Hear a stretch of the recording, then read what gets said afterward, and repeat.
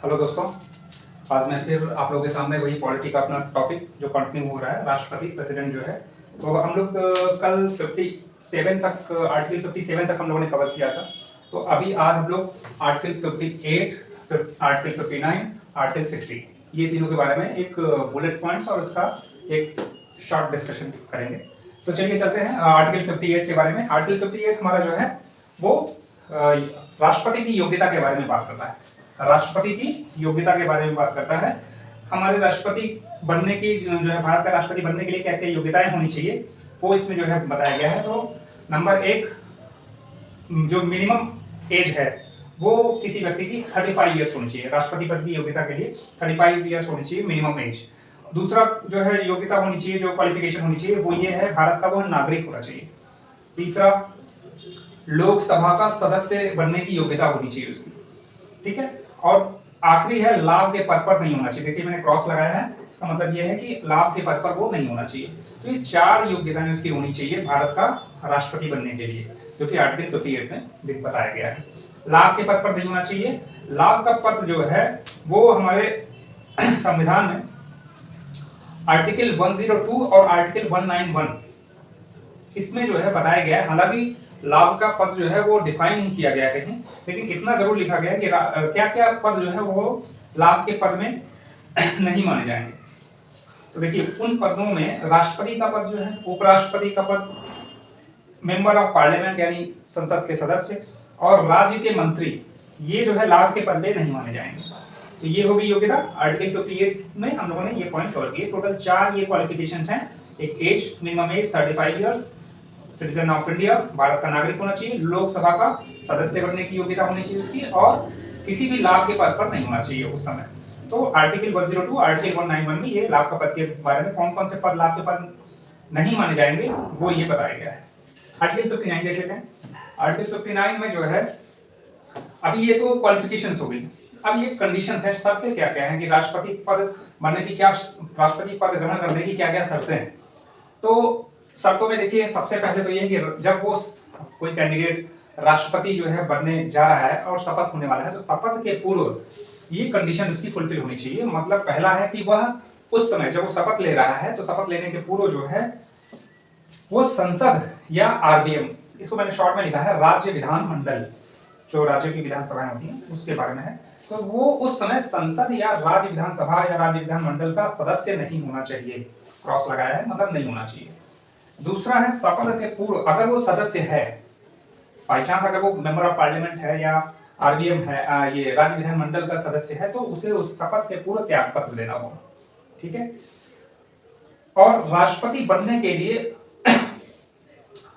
50 अनुमोदक और 50 प्रस्तावक। अनुमोदक मतलब 50 कैंडिडेट, 50 जो है सदस्य वो रिकमेंडेशन करेंगे, और 50 जो है दूसरे 50 वो जो है उसको प्रपोज करेंगे, यानी कि अनुमोदन करेंगे 50 और 50 ही जो है दूसरे 50 प्रस्ताव करेंगे, यानी प्रस्तावित करेंगे।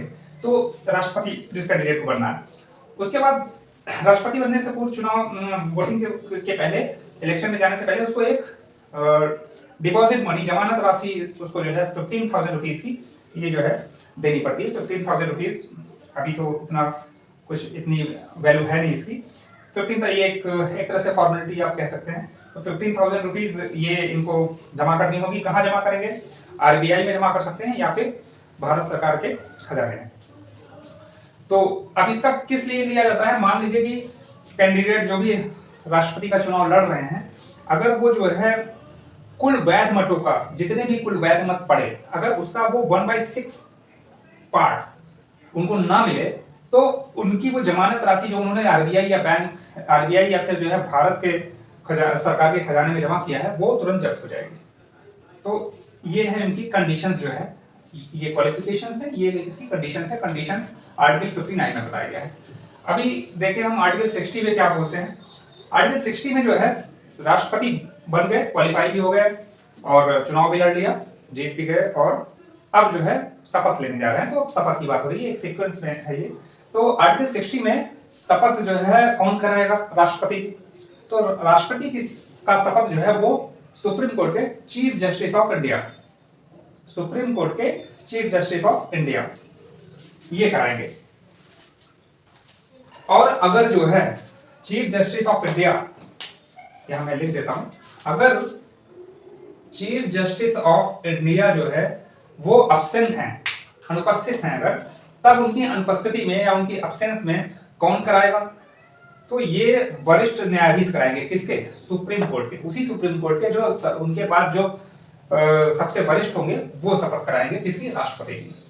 अच्छा, अब चूंकि हम लोग शपथ के बारे में पढ़ रहे हैं, आर्टिकल 60 है राष्ट्रपति का शपथ, तो यहाँ हमने दो चीजें स्टार पॉइंट कर दिया है कि आर्टिकल 159 ये किसकी शपथ है? ये भी शपथ है राज्यपाल की। और आर्टिकल 69 ये जो है उपराष्ट्रपति की।